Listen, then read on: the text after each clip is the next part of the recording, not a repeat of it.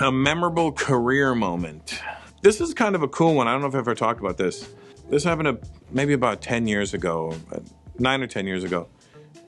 We got an email from this woman, this mother, who told us this story about her son, Joe. Her son, Joe, was 17 at the time, and he was out golfing with his friends. And he's diabetic, very bad diabetic.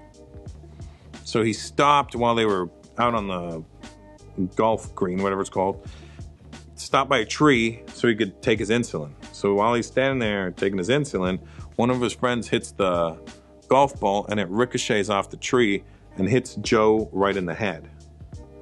And Joe takes a couple of steps and collapses.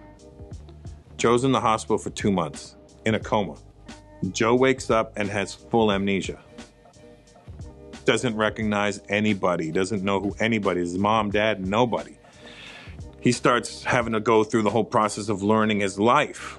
And he's learning his mother's name, and his mother, his sister, his brother, his father, and his friends start coming to visit him and stuff. And eventually, you know, he starts to gain enough short-term memory to remember who everybody is, and they send him home.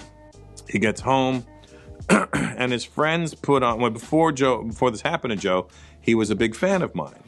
So his friends just happened to put on my comedy special from 2003.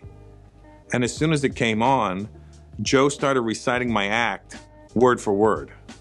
And his mom was right there and she starts crying and like his memory's coming back. Like I was a total freak out moment for me when I got this email. I'm like, are you fucking kidding me?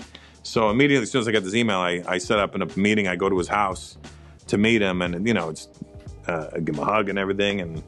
And then I start breaking his balls about it. And I'm like, so does he still like have memory loss? He goes, yeah, sometimes I go into the kitchen and forget why I'm there. I go, well, that's not memory loss. That's every human being on the planet.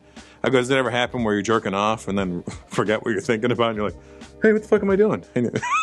Stuff like that. But I haven't seen the kid in a long time. But now that I've told the story, I'm actually going to try and reach out and see if I could see him. I would love to see what his progress has been like. It's been about 9 or 10 years since I've seen him.